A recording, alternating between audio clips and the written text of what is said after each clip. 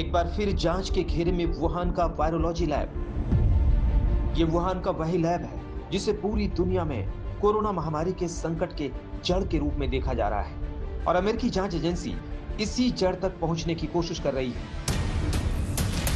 America की national institute of allergies and infection diseases के निदेशक डॉक्टर एंथनी फाउची ने 3 दिन पहले एक बड़ा बयान देकर चीन को फिर से सवालों के घेरे में खड़ा कर दिया। फाउची का कहना है कि कोरोना को प्राकृतिक बीमारी स्वीकार करना मुश्किल नहीं है, इसकी जांच होनी चाहिए।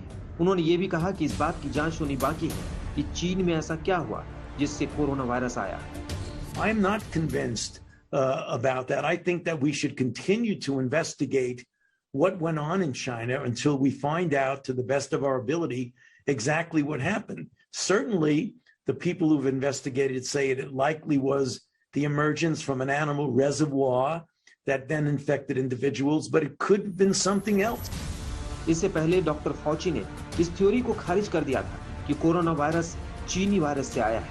तब उन्होंने इस थ्योरी का समर्थन किया था कि कोरोना वायरस की उत्पत्ति प्राकृतिक है और ये जानवर से इंसान में आया है। अभी 3 दिन पहले ही एक अमेरिकी खुफिया रिपोर्ट सामने आई थी जिसमें खुलासा किया गया कि कोरोना महामारी फैलने से पहले ही वुहान इंस्टीट्यूट ऑफ वायरोलॉजी के 3 शोधकर्ता बीमार पड़े थे।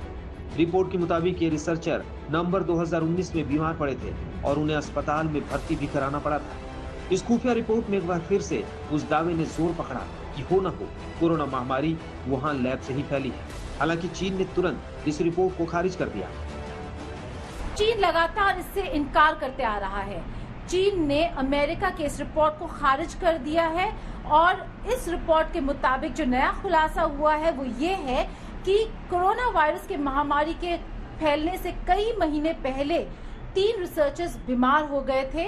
नवंबर 2019 में वो बीमार हुए थे और उन्हें अस्पताल में भी भर्ती कराना पड़ा था। अमेरिका की कथित खुफिया रिपोर्ट पर सोमवार को चीनी विदेश मंत्रालय के प्रवक्ता चाओ लिजियान ने कहा था, वुहान इंस्टीट्यूट ऑफ वायरोलॉजी के मुताबिक 30 दिसंबर 2019 से पहले वहाँ कोविड-19 का कोई मामला सामने नहीं आया था और अभी तक यहाँ का कोई भी स्टाफ या छात्र संक्रमित नहीं हुआ है।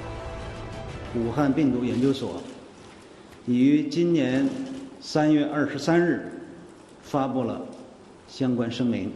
声明表示，2019年12月30日之前，武汉病毒研究所未接触过新型冠状病毒。迄今为止，该所职工和研究生保持新型冠状病毒。 चीन के दावे में कितना दम है ये तो वही जाने, क्योंकि चीन सूचनाओं को सेंसर करने में कुख्यात है। इसी साल जनवरी में सच का पता लगाने के लिए विश्व स्वास्थ्य संगठन की एक टीम ने चीन के कई संस्थानों का दौरा किया, जिनमें Wuhan centre for disease control और वुहान इंस्टीट्यूट ऑफ वायरोलॉजी भी शामिल था। विश्व स्वास्थ्य संगठन की टीम ने वुहान लैब के स्टाफ से बात की, बैट वुमन के नाम से मशहूर वायरोलॉजिस्ट शी झेंगली से भी बात की और कोरोना वायरस के बारे में जानकारी ली।